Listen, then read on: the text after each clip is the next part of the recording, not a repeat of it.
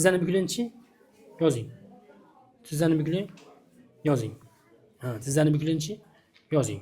Lekin quymishdagi harakatlar ancha tiklanib qopti aka. Ha, bildingizmi mana? Harakatlar zo'r tiklanib qopti. Xo'p, o'ng oyog'ingizni ko'taring tepaga. Ko'taring tepaga. Ko'taring.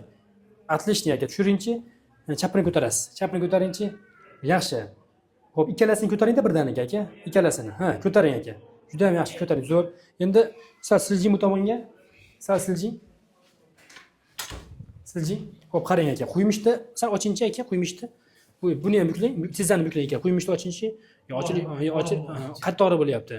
Sonda dumba bilan bo'lyapti. Bo'l qani. Yopingchi.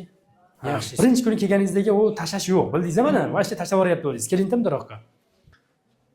Mana oyoqlaringizni harakat qildiringchi aka. Mana harakat qildiringchi. Ha, buni ham harakat qildiringchi aka. Bora harakatda. Yengillik bor-a? Bo'ldi. Endi mana tizza bo'g'imini holatini ko'rganimizda, tizzamizda o'sha meniskopatiya, bo'g'imda yog'i kam.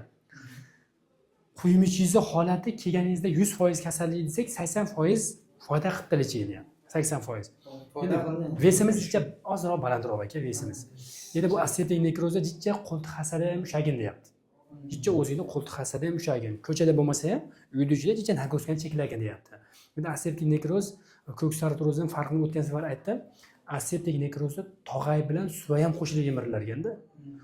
Shuning uchun meni maslahatim aka 3-bosqich qo'yilgan emrit xulosasi bo'yicha 4-bosqichda endoprotez qo'ygin deyilyapti.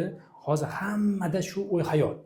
Nima qilar ekan, qanaqa qilar ekan, protez qo'ydirsam nima bo'lar ekan, 3 yildan keyin qanaqa bo'lar ekan, 10 yildan keyin qanaqa bo'lar ekan, protez yirilib ketarmikan, protez menga tusharmikan degan xayollar ko'p bo'lyapti-da. Endi uni hammasini vaqt ko'rsatadi.